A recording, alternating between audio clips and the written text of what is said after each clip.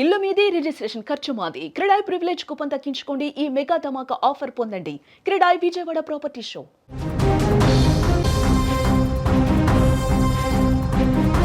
తెలుగు రాష్ట్రాలలో వరుస బస్సు ప్రమాదాలు కలవరపెడుతున్నాయి. తాజాగా నంద్యాల జిల్లాలో చాబోలు హైవే పైన ఓ ప్రైవేటు బస్సు బోల్తా అక్కడ భయాందోళనకు గురి చేసింది.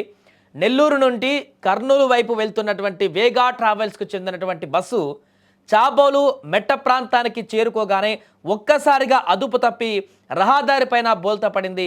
ప్రమాద సమయంలో బస్సులో ఉన్నటువంటి ప్రయాణికులు ఒక్కసారిగా తీవ్ర భయాందోళనకు గురయ్యారు. ఈ ఘటనలో 6 ప్రయాణికులకు తీవ్ర గాయాలయ్యాయి. అదృష్టవశాత్తు ఎవరికి కూడా ప్రాణ నష్టం జరగకపోవడంతో అందరూ ఊపిరి పీల్చుకున్నారు. ఇక స్థానికులు అటుగా వెళ్తున్నటువంటి మిగతా వాహనదారులు కూడా వెంటనే స్పందించి బస్సు అద్దాలు పగలగొట్టి లోపల చిక్కుకున్నటువంటి ప్రయాణికులను కూడా బయటకు తీశారు.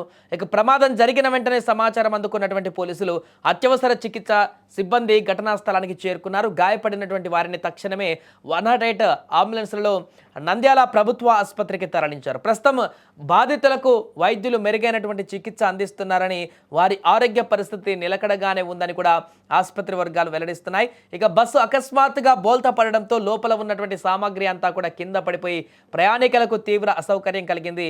ఇక ఈ ప్రమాదానికి గల కారణాలపైన ఇప్పుడు భిన్నమైనటువంటి వాదనలు వినిపిస్తున్నాయి. హైవేపై ఒక పెద్ద రాయి అడ్డంగా ఉందని, దానిని తప్పించబోయేటువంటి క్రమంలో బస్సుపై నియంత్రణ కోల్పోయి బోల్తా పడిందని కూడా బస్సు డ్రైవర్ చెప్పాడు. అయితే బస్సులో ఉన్నటువంటి ప్రయాణికులు మాత్రం డ్రైవర్ వాదనను తోసిపుచ్చుతున్నారు. బస్సు అతివేగంగా వెళ్లడం వల్లే మలుపు వద్ద డ్రైవర్ నియంత్రించలేకపోయారని కూడా, మితిమీరినటువంటి వేగమే ఈ ప్రమాదానికి ప్రధాన కారణమని కూడా ఆరోపిస్తున్నారు. ఏదేమైనా కూడా ఈ ప్రమాదానికి సంబంధించినటువంటి వివరాలను కూడా పోలీసులు సేకరిస్తున్నారు.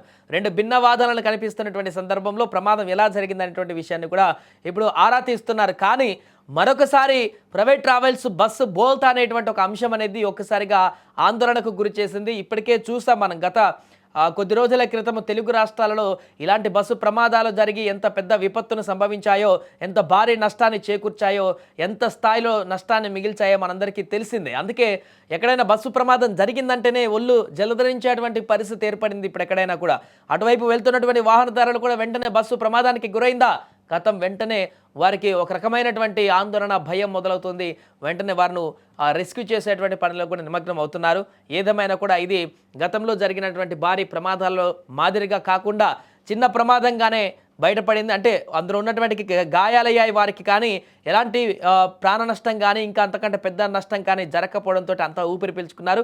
ఇక ఆ బస్సులో ప్రయాణిస్తున్నటువంటి కుటుంబ సభ్యులు, వారి కుటుంబ సభ్యులందరూ కూడా ఈ విషయం తెలుసుకొని కంగారు పడ్డారు. బస్సు బోల్తా పడింది అనగానే ఫస్ట్ ఆఫ్ ఆల్ మనకు గత కొన్ని రోజుల్లో నుంచి నెలకొన్నటువంటి అంశాలన్నీ కూడా మెదళ్ళలో ఉన్నాయి కాబట్టి, అవే ఇంకా స్క్రీన్ మీద కనపడుతుంటాయి కాబట్టి, మనకు ఎప్పటికవి కళ్ళ ముందే కదలాడుతుంటాయి కాబట్టి ఒక రకమైనటువంటి భయాందోళనకు అయితే వారు కూడా గురయ్యారు. ఆ తర్వాత హాస్పిటల్లో వారి పరిస్థితి తెలుసుకున్న తర్వాత, అక్కడికి వెళ్ళిన తర్వాత వారి కుటుంబ సభ్యులు, ప్రయాణికులు ఎవరైతే ఉన్నారో వారి కుటుంబ సభ్యులు వచ్చి ప్రాణాపాయం లేదనుకున్నటువంటి తర్వాత కొంత వారు అక్కడ స్టేబుల్గా ఉన్నటువంటి పరిస్థితి నెలకొంది. ఏదేమైనా కూడా ఒక భారీ ప్రమాదం అయితే మరొకసారి నంద్యాల జిల్లాలో సంచలనంగా మారింది.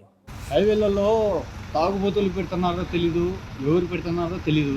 హైవేలలో బండ్లు స్పీడ్లో పోతుంటాయి, స్లోగా పోతుంటాయి. కానీ కాకపోతే మధ్యలో రోడ్లో రాళ్ళు పెట్టడం దేనికి? ఎవరు రాళ్ళు పెడుతున్నారు?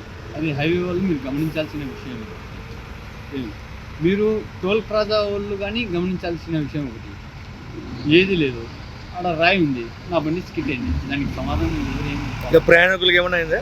ఎవరికైనా. నెల్లూరు నుంచి కర్నూలు పోయే వేగా బస్సు, ఏసీ బస్సు, దేవుని వల్ల ప్యాసింజర్స్ 6 మంది ఉన్నారు కాబట్టి ఎటువంటి ప్రాణాపాయం జరగలేదు, ఎవరు కూడా పెద్దగా గాయాలు కాలేదు. డ్రైవర్ చాకచక్యంగా కొద్దిగా స్లో చేశాడు కాబట్టి బండి కొద్దిగా అప్సెట్ అయిపోయింది. డ్రైవర్ కూడా ఎటువంటి దెబ్బలు లేవు, కింద గూపురుగా అయినాయి. మాకు ఇమ్మీడియట్లీ 900 ఫోన్ వస్తేనే మా SBT sir, Srinivas Reddy sir మేము వచ్చేసి ఉదాహరణ